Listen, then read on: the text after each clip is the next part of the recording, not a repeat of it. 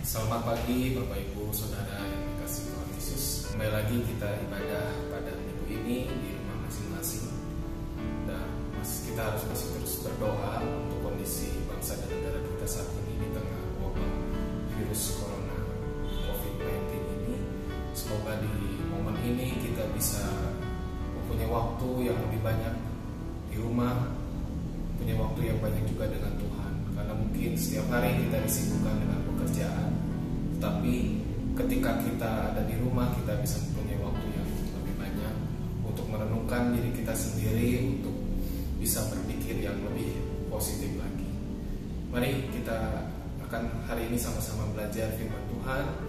Kita akan berdoa sebelum mulai kita membahas firman Tuhan. Mari kita berdoa. Bapa di dalam surga, terima kasih karena kasih setiamu begitu besar buat kehidupan kami.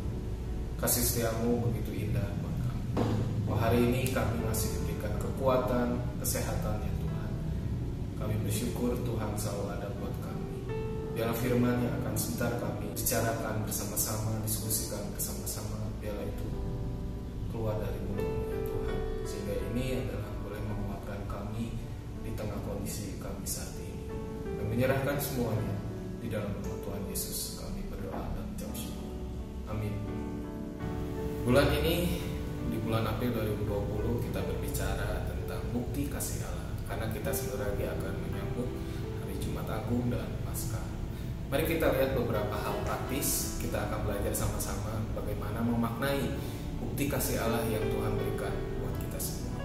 Ada hal-hal yang mungkin saya akan ajak Bapak Ibu untuk memikirkan beberapa hal yang praktis yang kita alami setiap hari. Bukti apa saja yang Tuhan berikan buat kita, kasih Allah yang seperti apa yang Tuhan berikan buat kita. Yang pertama, saya akan memulai bahwa salah satu bentuk bukti kasih Allah adalah Allah menciptakan langit dan bumi. Allah menciptakan karya ciptaan yang luar biasa. Kalau Bapak Ibu melihat di Kejadian 1 ayat 26 sampai 31, di situ banyak dikatakan bagaimana Allah menciptakan langit dan bumi, bagaimana Allah menciptakan juga manusia. Kalau kita lihat luar biasa sekali alam ciptaan Tuhan yang kita bisa rasakan saat ini ya. Pegunungan, lautan, tempat tinggal kita, kondisi alam sekitar kita, itu adalah salah satu bentuk karya ciptaan Tuhan. Lalu Tuhan juga menciptakan yang luar biasa, kita sebagai manusia yang sempurna. Dia menciptakan kita dengan berbagai macam keunikan masing-masing. Setiap orang mempunyai keunikan masing-masing. Tetapi sayang sekali di kondisi saat ini banyak manusia yang seringkali merusak alam semesta, merusak lingkungan. Dari segi kasih Allah yang Allah tunjukkan lewat alam semesta, lewat lingkungan, Allah sudah menunjukkan betapa besarnya kasih-Nya, tetapi manusia seringkali merusaknya. Dan manusia adalah salah satu ciptaan Tuhan yang sempurna. Namun di luar sana masih banyak manusia yang tidak pernah bersyukur dengan apa yang dia miliki. Diberikan tubuh yang sehat, diberikan tubuh yang lengkap, tetapi mereka mempergunakannya dengan sangat tidak baik. Mereka merusak tubuhnya, karena kalau kita tahu tubuh ini adalah bait Allah, mereka dengan sendirinya merusak bait Allah yang ada di dalam diri mereka dengan sikap, dengan perbuatan, dengan hal-hal yang merusak tubuhnya. Juga seringkali keminderan, kerendahan diri seringkali menunjukkan kita tidak mengucap syukur kepada Allah. Seringkali manusia diberikan kekuatan, diberikan kemampuan, tetapi mereka merasa bahwa diri mereka rendah, mereka merasa diri mereka punya keterbatasan. Padahal di luar sana masih banyak orang yang mempunyai keterbatasan, tetapi mereka mau berjuang. Kita lihat contoh berikut ini.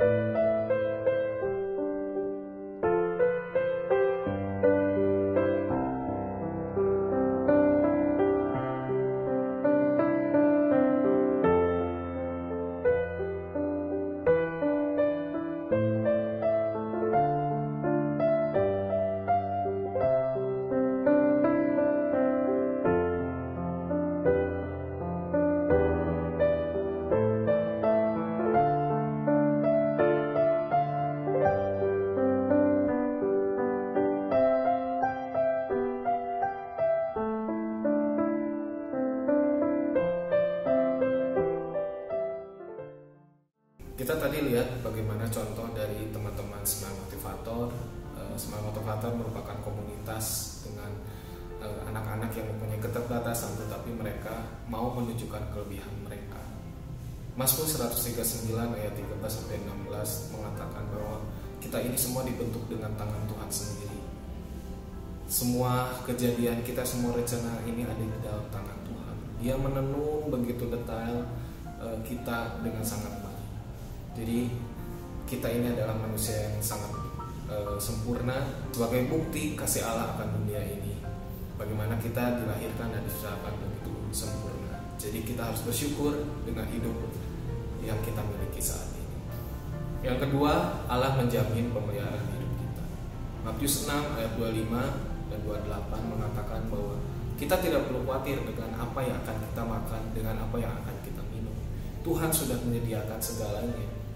Bagaimana burung di udara Tuhan pelihara, bagaimana bunga bakung Tuhan pelihara. Tetapi seringkali kita sebagai manusia merasa khawatir gitu ya. Kita sudah hidup selama bertahun-tahun, apakah kita pernah merasakan kelaparan, apakah kita pernah merasakan keburukan. Kalaupun suatu saat kita dibawa kepada kondisi kita terpuruk, tapi Tuhan tidak pernah sampai meninggalkan kita. Kita tidak pernah sampai tidak makan setiap hari. Kita tidak sampai tidak sama sekali punya uang. Meskipun kita dalam kondisi terbatas, Tuhan tetap memelihara. Tuhan tetap memegang tangan kita. Tuhan tetap memberikan jaminan bahwa engkau manusia akan diberikan pemeliharaan. Kita tidak perlu khawatir karena kita adalah anak-anaknya Tuhan. Kita perlu bersyukur dengan apa yang kita punya saat ini. Kita perlu bersyukur dengan pemeliharaan yang Tuhan berikan pada kita saat ini. Tetapi di luar sana juga masih banyak, kita mungkin salah satunya yang masih seringkali tidak bersyukur dengan apa yang kita miliki saat ini. Kita simak video berikut ini. काश मैं एक हेलीकॉप्टर खरीद सकता।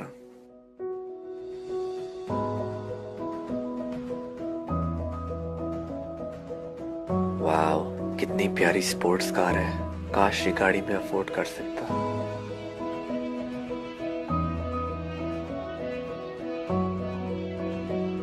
Man, I wish I had a car too.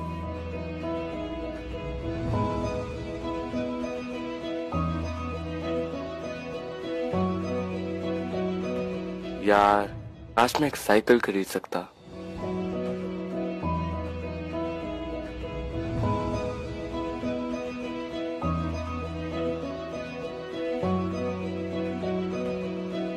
काश मेरे पैर सलामत होते और मैं चल सकता।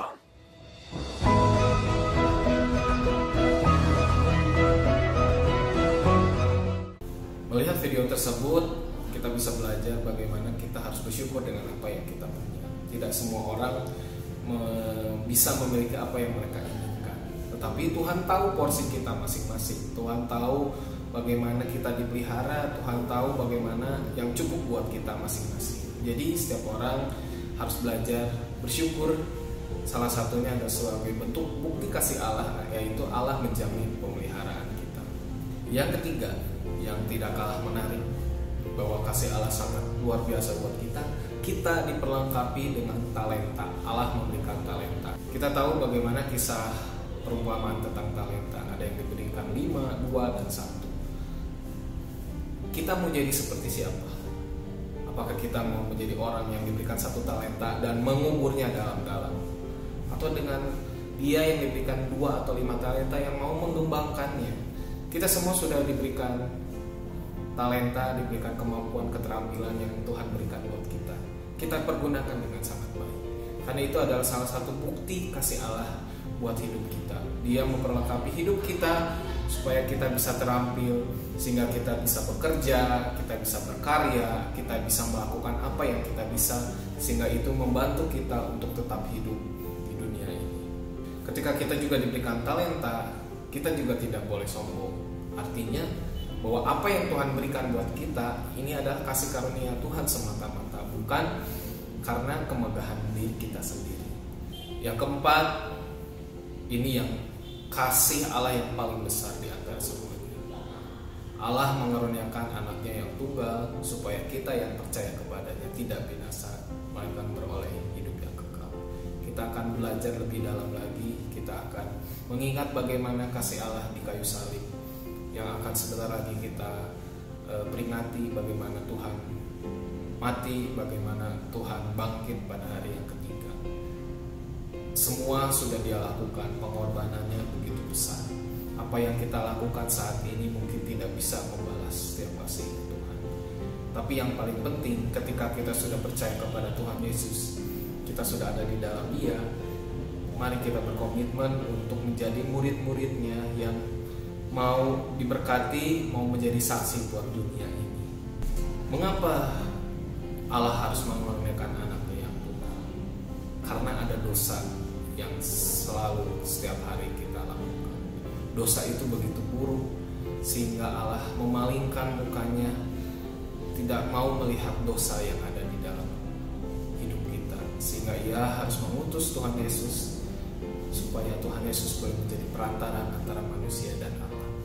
Karena Allah itu begitu suci dan Allah itu begitu kudus, kita ini begitu kotor, dan Tuhan Yesus datang untuk membersihkan kita semua, sehingga kita bisa bertemu dengan Allah, kita bisa bertemu dengan Bapa, sehingga komunikasi itu bisa jalan kembali.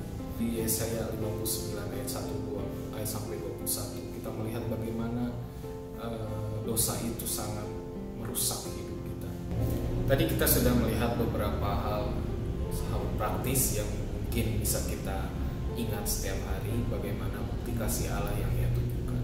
Nah, sekarang giliran kita, bagaimana kita merespon terhadap bukti kasih Allah itu? Apa sih yang harus kita lakukan terhadap bukti kasih Allah itu? Yang pertama, kita harus bersyukur kepada Tuhan. Ketika kita bangun di pagi hari, kita bisa membuka mata kita. Ketika kita tidur, kita masih bisa melihat keluarga kita, istri, anak, suami kita. Tuhan, kita katakan, Tuhan, terima kasih karena Engkau masih memberikan kepadaku keluarga. Tuhan, terima kasih karena aku masih bisa hidup. Tuhan, terima kasih karena aku masih bisa makan dan minum. Tuhan, terima kasih karena aku masih diberikan tubuh yang sehat. Mari kita katakan setiap hari ucapan syukur itu yang harus kita ucapkan setiap hari kepada Tuhan. Karena itu adalah satu bentuk respon kita terhadap kasih Allah yang Tuhan sudah berikan buat kita. Yang kedua adalah kita mau belajar taat kepada Tuhan. Yohanes 14 ayat 23 sampai 24 dikatakan bahwa jika kita mengasihi Allah, maka kita akan menuruti segala perintah. Dan kita ada di dalam Dia, maka kita pun harus menuruti perintah Tuhan. Mari kita belajar untuk taat kepada Tuhan. Firman Tuhan yang kita baca setiap hari, firman Tuhan yang kita dengar setiap hari, kita lakukan dalam kehidupan kita. Apa sih yang Tuhan mau kita jalani hari ini? Apa yang Tuhan mau didik kita saat ini, hari ini? Tuhan ajarkan aku hari ini untuk tidak sombong. Tuhan ajarkan hari ini untuk aku tidak iri hati. Hal-hal yang seperti itu yang mungkin kita bisa minta sama Tuhan, supaya Tuhan bimbing kita setiap hari, supaya kita taat akan firman-firman Tuhan. Kalau ada musuh, ya kita harus mengasihi. Kalau ada hal-hal yang setiap hari kita jalani, kekhawatiran, kita serahkan sama Tuhan. Itu adalah salah satu contoh bentuk kita taat kepada Tuhan. Matius 26 ayat 41 dikatakan di situ bahwa roh itu penurut, tetapi daging itu lemah. Sehingga itu seringkali membuat kita jatuh di dalam percobaan setiap hari. Dan kita minta sama Tuhan supaya Tuhan bimbing kita agar kita mulai taat kepada Tuhan. Kita dikuatkan, kita tidak jatuh di dalam percobaan. Yang ketiga, mari kita berkomitmen untuk menjadi garam dan terang dunia. Yesaya 6 ayat 8 dikatakan di situ, siapakah yang akan diutus Tuhan? Waktu itu Yesaya berkata, ini aku, utuslah aku. Demikian pun kita pun mau belajar, kita sudah diberikan keselamatan oleh Tuhan. Dan ini saatnya kita juga untuk bisa menjadi saksi buat orang lain. Kita mau menjadi terang dunia ini, sehingga orang akan datang dan melihat bahwa Kristus ada di dalam kita. Bukan kitanya, tetapi Kristus muncul menjadi cerminan di dalam hidup kita, sehingga orang yang belum percaya boleh percaya karena melihat Kristus di dalam hidup kita. Mari kita mau belajar untuk menjadi terang dan garam dunia. Yang keempat, akhiri pertandingan dengan baik. 1 Korintus 9 ayat 24 sampai 27. Hidup ini adalah pertandingan yang harus kita selesaikan. Mari kita menjaga iman kita sampai kepada Tuhan memanggil kita. Kita tetap berpegang kepada Tuhan Yesus. Mari kita menjaga iman kita meskipun dunia begitu menggoda kita. Tapi kita harus tetap memegang komitmen untuk tetap percaya kepada Tuhan Yesus. Karena ketika kita bisa berhasil sampai kepada akhir pertandingan, Tuhan akan memberikan mahkota yang luar biasa. Dan kita akan bertemu muka dengan Tuhan. Dan Tuhan akan mengaruniakan mahkota abadi, mahkota kehidupan untuk kita. Kita mau tetap percaya kepada Tuhan. Kita mau meresponi bagaimana bukti-bukti kasih Allah yang Ia berikan buat kita. Dan saatnya giliran kita untuk kembali lagi merespon bukti kasih Allah. Saya akan membacakan ayat penutup Efesus 2 ayat 8 sampai 10. Sebab karena kasih karunia kamu diselamatkan oleh iman. Itu bukan hasil usahamu, tetapi pemberian Allah. Itu bukan hasil pekerjaanmu. Jangan ada orang yang memegahkan diri. Karena kita ini buatan Allah, diciptakan dalam Kristus Yesus untuk melakukan pekerjaan yang dipersiapkan Allah sebelumnya. Ia mau supaya kita hidup di dalamnya. Bapak Ibu, mari kita belajar bersama-sama untuk selalu mengucap syukur kepada Tuhan untuk setiap kasih Allah yang Ia berikan kepada kita. Tetap semangat di hari-hari seperti ini, tetap tinggal di rumah, tetap berdoa kepada Tuhan, meminta pertolongan Tuhan supaya wabah virus corona ini cepat